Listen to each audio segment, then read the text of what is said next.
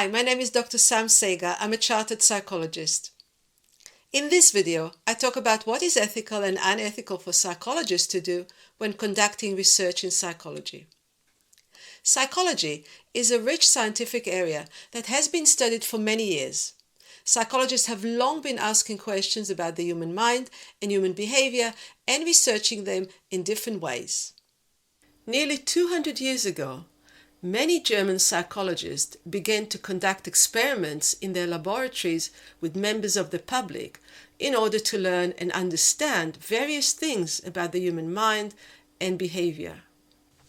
Subsequently, other psychologists in Europe and in the USA established laboratories where they conducted their experimental research in psychology. They wanted to find out many different things.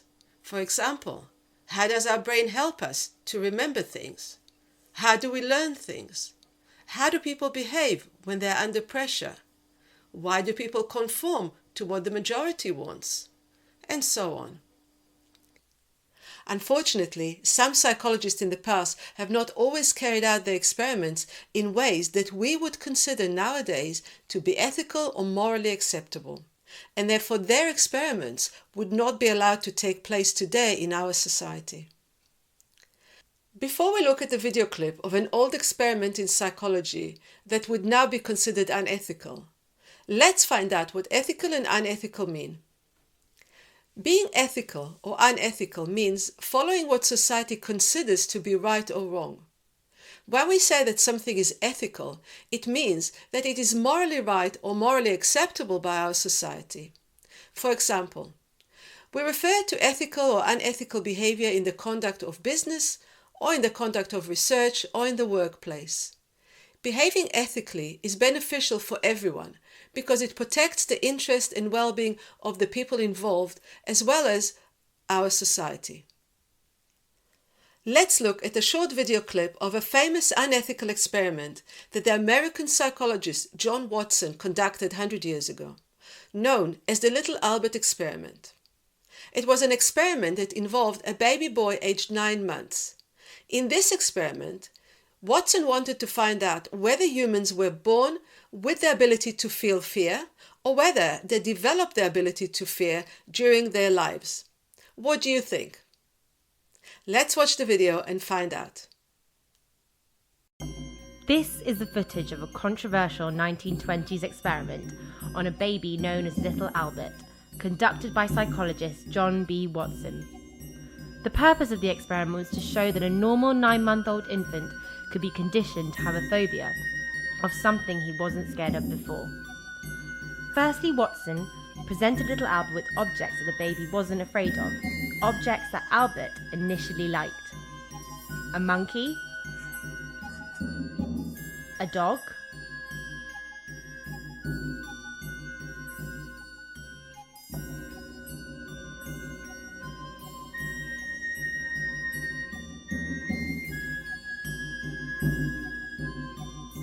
a rabbit,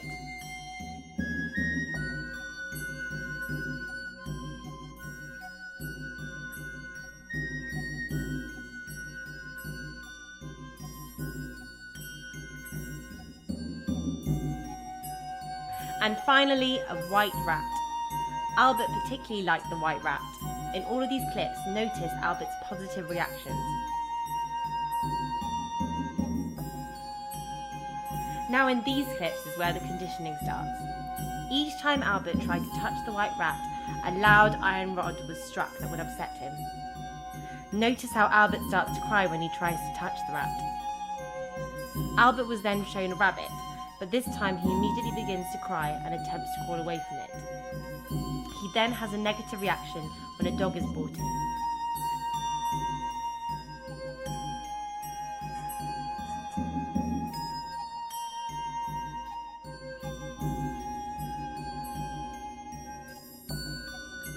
And then little Albert is agitated when a seal fur coat is brought in.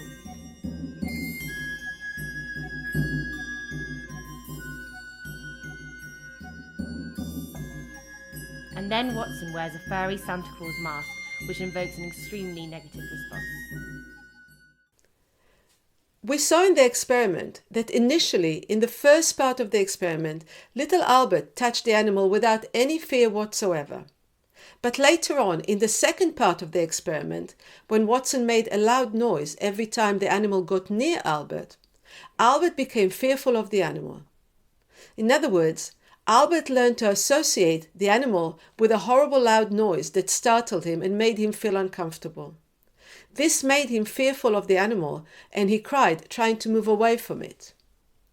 Watson called this a conditioned response, meaning that we learn to fear certain things if we associate them with something that makes us feel uncomfortable. So Albert learned to associate a feeling of discomfort with the animal being near him and to fear the animal.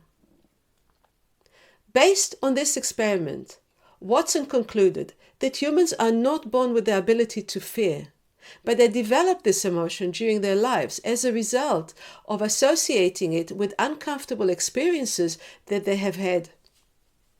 Although Watson's study contributed a lot to our knowledge and understanding of human fear and phobia and how to treat them, it was the way in which he conducted his experiment that was criticized for being highly unethical.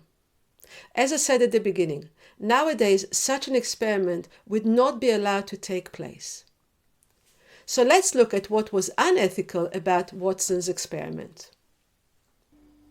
In the UK, the British Psychological Society, or the BPS for short, has developed a code of ethics for psychologists.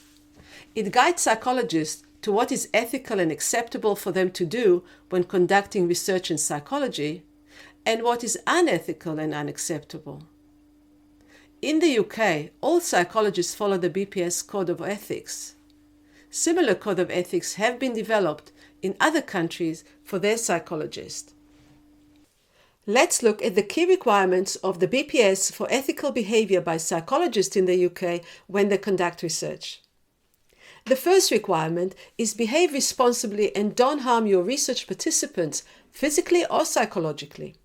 Scaring a baby to a point that makes him cry, feel uncomfortable and in distress is immoral and unacceptable to us. Albert was subjected to this experiment for almost a whole year. Clearly, Watson caused him harm during this long experiment and beyond. And after the experiment, Watson did not help Albert get over the fear that he had caused him to develop. Instead, he left him to live with his fears. The second requirement of the BPS is value and respect the participant's dignity. Did Watson do this? Clearly not. Watson didn't treat baby Albert in a respectful or dignified way.